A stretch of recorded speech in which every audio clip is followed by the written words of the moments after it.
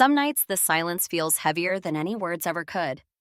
That's exactly how it started for me. A quiet Wednesday, a house that suddenly felt too big, too empty. My name's Anna, I'm 29. I used to think I had a pretty ordinary life, a stable remote job in publishing, a small but loyal group of friends, and a marriage that, from the outside, seemed solid. My husband, Ethan, and I had been together for almost 7 years. We met in college. He wasn't flashy or overly affectionate, but he had this charm, the kind that made you feel like you were the only person that mattered when he looked at you. Dependable, steady, or at least that's what I believed.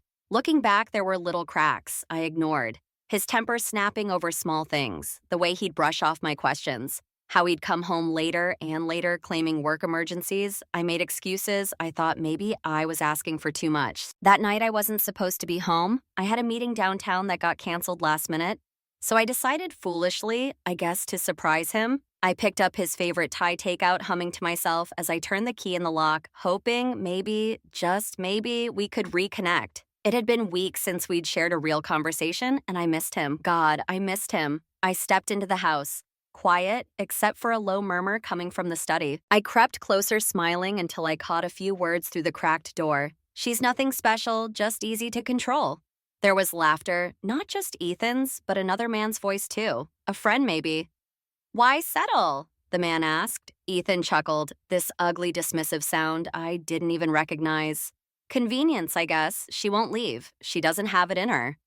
My whole body froze. I don't remember breathing. I don't remember thinking. I just stopped. In that moment, it felt like the ground disappeared from under me, like everything I believed about my life, about him, cracked wide open, and I was just standing there, teetering at the edge.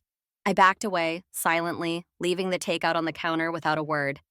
I drove across town to my sister Claire's apartment, numb, shaking, clutching the steering wheel like it was the only solid thing left in my world. Claire opened the door and took one look at me before pulling me inside without asking a single question. I didn't cry that night. I didn't scream. I just sat there on her couch, staring blankly at the wall, trying to process the impossible. How had I been so blind? How long had he felt that way about me? Had he ever really loved me at all? The betrayal wasn't just in his words, it was in the casual, cruel way he said them. Like I was furniture, like I was less than. And somewhere deep in my chest, something small and fragile, something I'd been holding on to for years, quietly shattered. The first few days after I left were a blur. I stayed holed up at Claire's place, mostly curled under a blanket on her worn-out couch, watching the ceiling fan spin in slow, dizzy circles. I didn't know what to do. I didn't even know who I was anymore. How do you start untangling your whole life when you don't even know where the first knot is? Claire tried to pull me out of it, offering me tea, terrible reality shows, even a homemade lasagna that could have won awards, but mostly she gave me space. She let me grieve in whatever messy, broken way I needed. I didn't confront Ethan right away. I wasn't ready. Instead, I went quiet. I watched. I listened. I logged into our shared bank account one night just out of curiosity. Or maybe it was hope. Some desperate hope that maybe somehow I'd misunderstood everything. But reality doesn't soften just because you're not ready. There, it was restaurant charges in neighborhoods I'd never even visited. A hotel bill downtown from a weekend I remembered spending alone. A jewelry store purchase that sure as hell wasn't for me. He was careful, not stupid, just arrogant enough to think I'd never look. My hands trembled as I scrolled through the transactions. I felt like I was peeling off my own skin layer by layer, exposing how deeply I'd ignored my own instincts. Every charge felt like a slap, a reminder of how small I had made myself just to fit into his life. I didn't tell Ethan what I knew, not yet. When I finally called him 3 days later, my voice was so steady it scared even me. I told him I needed some space. He didn't argue, didn't beg, didn't even ask why. Take all the time you need, he said, like he was doing me some kind of favor. I hung up the phone with a hollow pit growing in my chest. That was when I knew deep down that he had never truly cared, at least not in the way I had convinced myself he did. But the silence didn't last. First came the calls from his mother, Linda. At first, they were sweet. Sweetheart, I'm sure this is just a misunderstanding. Ethan loves you. Then they became sharper. You're overreacting. All men say stupid things when they're stressed. You need to grow up. And finally, cruel, you're breaking up the family. You're throwing away everything you built. You think your sister's gonna take care of you forever. You don't even have kids. What future do you have? I ignored them, at least I tried, but they wore me down little by little like water wearing grooves into stone. it wasn't just Linda either. Ethan's sister, Melissa, who I thought was my friend, texted me one night, "You're ruining Ethan's life. He was finally starting to open up to you, and you crushed him by running away." Like I hadn't heard him dismiss me with my own ears, like I hadn't seen the receipts for a life he was building behind my back. And for a moment, just a moment, I wondered if maybe they were right. Maybe I was blowing it out of proportion. Maybe I was weak. Maybe if I had been prettier or stronger or more exciting, Ethan wouldn't have needed someone else. That's the worst part of betrayal. It doesn't just steal your trust in others, it steals your trust in yourself. I stopped eating, stopped sleeping, spent hours staring at nothing, replaying every conversation, every memory, picking apart my own life like a crime scene. And the loneliness, God, the loneliness was worse than anything. I missed him. I missed the idea of him, of us, of the life I thought we were building. Some nights I almost picked up the phone, almost called him, almost apologized for what? For believing in him. But somehow, something, maybe stubbornness, maybe survival, kept me from doing it. Instead, I stayed at Claire's tiny apartment, drifting through the days like a ghost, wondering if I'd ever feel real again. It's funny how the smallest discoveries can change everything. A few weeks after I left, I remembered something, a little detail that at first seemed so unimportant. Ethan and I shared a storage unit downtown. Mostly it was full of his old sports trophies, college yearbooks, things he always said he'd get around to organizing someday. But I remembered there were a few boxes there with my name on them too. I don't even know why I went. Maybe I needed to feel like I still had something that belonged to me. Maybe I just needed proof that my old life existed, that it hadn't all been some stupid dream. The unit was cold and smelled like dust and cardboard.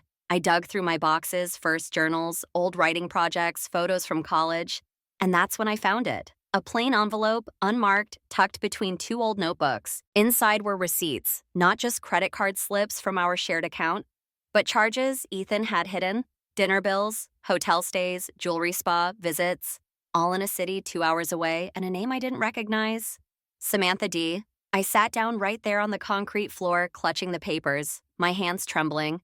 I wasn't crying. I wasn't even shaking. I just knew. It wasn't just a careless comment caught on the phone.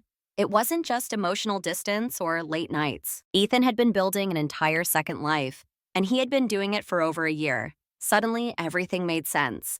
The coldness, the anger, the casual cruelty. He hadn't been confused. He hadn't been going through a phase. He was done with me. He just hadn't bothered to tell me.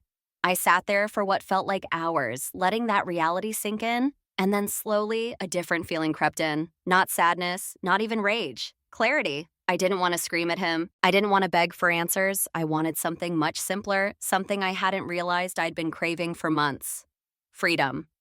That night I started planning not revenge, not some dramatic showdown. I planned my exit. I gathered everything, photos, bank statements, hotel receipts, screenshots. I organized them, dated them, stamped them. I wasn't going to let Ethan tell my story for me. Not again. And then for the first time in months, I picked up my phone and didn't call Ethan. I called Ella, an old friend from college who now worked as a freelance journalist.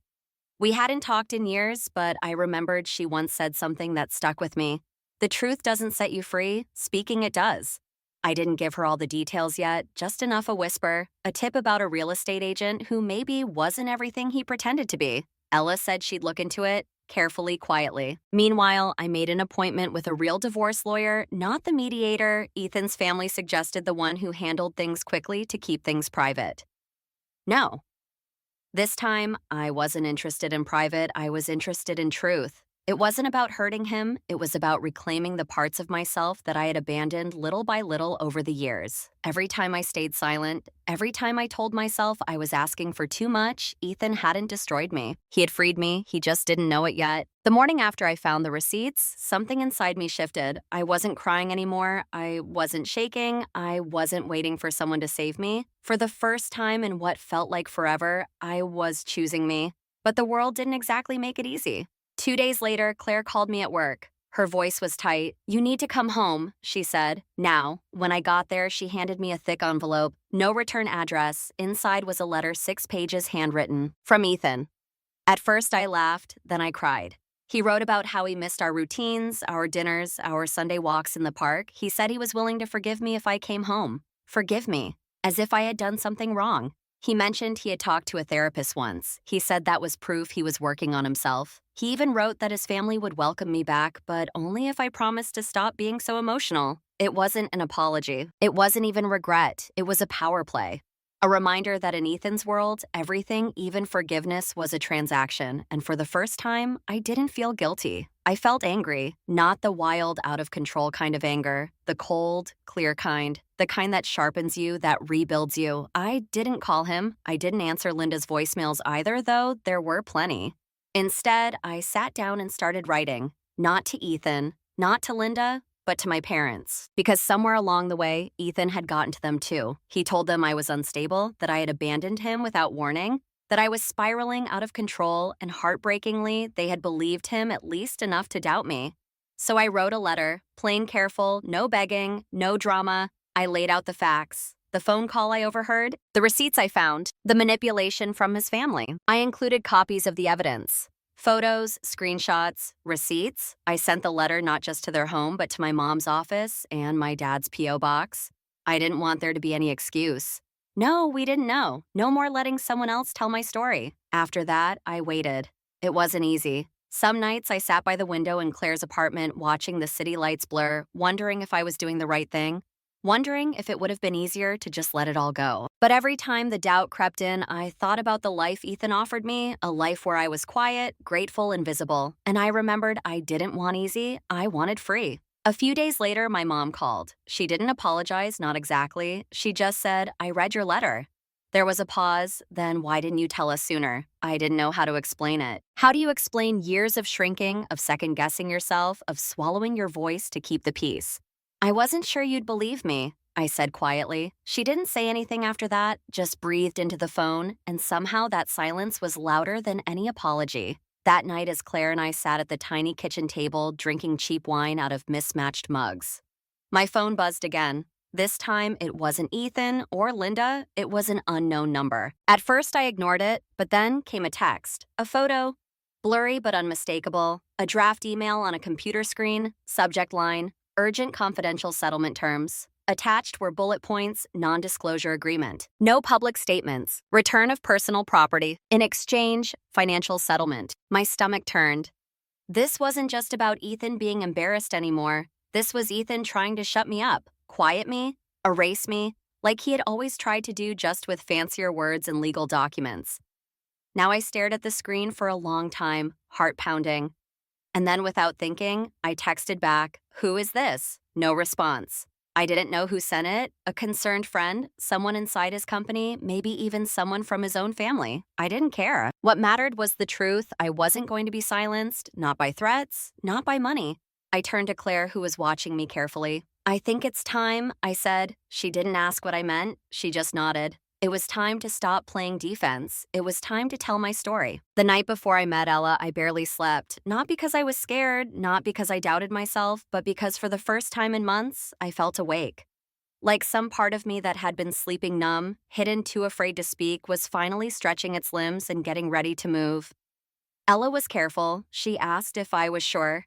She reminded me about the risks, the judgment, the scrutiny, the loss of what little anonymity I still had, but I didn't hesitate. Not this time. I sat across from her at the tiny coffee shop table, recorder between us, and told my story. The whole story, not just about Ethan, not just about Linda, but about the way it feels to shrink yourself year after year until you don't even recognize your own reflection. About the little compromises you make in the name of love until one day you wake up and realize you've compromised everything. It wasn't pretty, it wasn't polished, it was raw, messy, real. Ella promised she wouldn't publish anything without my approval. I trusted her. And as I walked out of that coffee shop, the cold October air hitting my face, I realized something else. I didn't care what Ethan thought anymore. I didn't care what his family whispered behind closed doors. I was done living small to make other people comfortable. But of course, Ethan wasn't finished. A few days later, Claire and I were winding down for the night, a Netflix marathon. Some bad microwave popcorn when there was a knock at the door. At first, we thought it was a neighbor, but then the voice. "Anna, it's Linda, we need to talk." Claire bolted to the door and looked through the peephole. Then she turned to me, her face pale. "She's not alone," she mouthed. There were other shadowy figures standing just out of view. "You need to leave," Claire said, voice firm, but even Linda's voice turned cold. "You think you're strong now? You think people are going to believe your little story? Let me remind you, you were nothing before Ethan. We gave you everything, and we can take it all back." I didn't respond, didn't move, just stood there breathing slowly, feeling my heart pound against my ribs. Claire wasn't so quiet. "You're lucky there's a door between us," she snapped. "Leave now." There was some muttering, some shuffling, and then they were gone. But I knew in my bones it wasn't over. They weren't trying to win me back. They were trying to scare me into silence. That's when I made the final decision. I didn't just contact HR at Ethan's company. I reached out to one of the senior partners directly. Mark, someone I had worked with years ago when I was still bright-eyed and hopeful about my publishing career, I didn't go into dramatic detail. I simply laid out the facts: Ethan's behavior, the receipts, the financial misconduct involving company dinners. Mark listened carefully. He didn't promise anything. He didn't have to. 2 weeks later, Ethan's profile quietly disappeared from the firm's website. No farewell post, no announcement about pursuing other opportunities. Just gone erased, like he had tried to erase me. And that wasn't all. Ella's article went live a week later. We didn't name him directly. We didn't need to.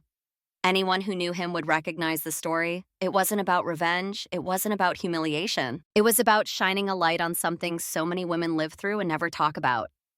The slow erosion of self under the weight of someone else's needs. The quiet violence of being made to feel small, unimportant, invisible. The piece went semi-viral, picked up by relationship blogs, quoted in podcasts, shared in Facebook groups, and the messages started pouring in. Hundreds of women, thousands, telling me they saw themselves in my story, telling me they were proud of me, telling me they were finally ready to leave or heal or speak up. I cried, reading them. Not because I was sad, because for the first time in so long, my pain meant something more than just suffering. It meant connection. It meant strength. As for Ethan, he tried to reach out a few more times through emails, through mutual friends. Once he even showed up at Claire's apartment again. But I didn't open the door. Claire did, and whatever she said to him on that porch. Well, let's just say he hasn't tried again since Linda Amanda. All of them, they went silent. Not because they understood, but because they realized the public wasn't on their side anymore. As for my parents, it's been a slow thaw. My mom called a few weeks after the article went viral. She didn't apologize outright, but she said she was sorry for doubting me. It wasn't perfect, but it was something. And me. I moved out of Claire's apartment, got a little one-bedroom across town. Tiny quiet mine, I bought a cheap espresso machine and a bookshelf I built with my own two hands. I started writing again. Not just for clients, but for myself. I even finished the novel I started years ago. It's not about Ethan, not exactly. It's about a woman who loses everything she thought she needed and finds herself. Because that's the thing no one tells you. Revenge doesn't look like screaming matches and public spectacles. Real revenge is softer. Quieter, it's reclaiming the parts of yourself someone else tried to erase. It's living a life so full, so true that their memory shrinks into something small. Insignificant. Ethan once said, "I was nothing special." Maybe he was right. I'm not perfect. I'm not exceptional, but I'm free, and that's more than he'll ever be. If you were me, would you have fought to clear your name, or would you have simply walked away and started over? I'd love to hear your thoughts.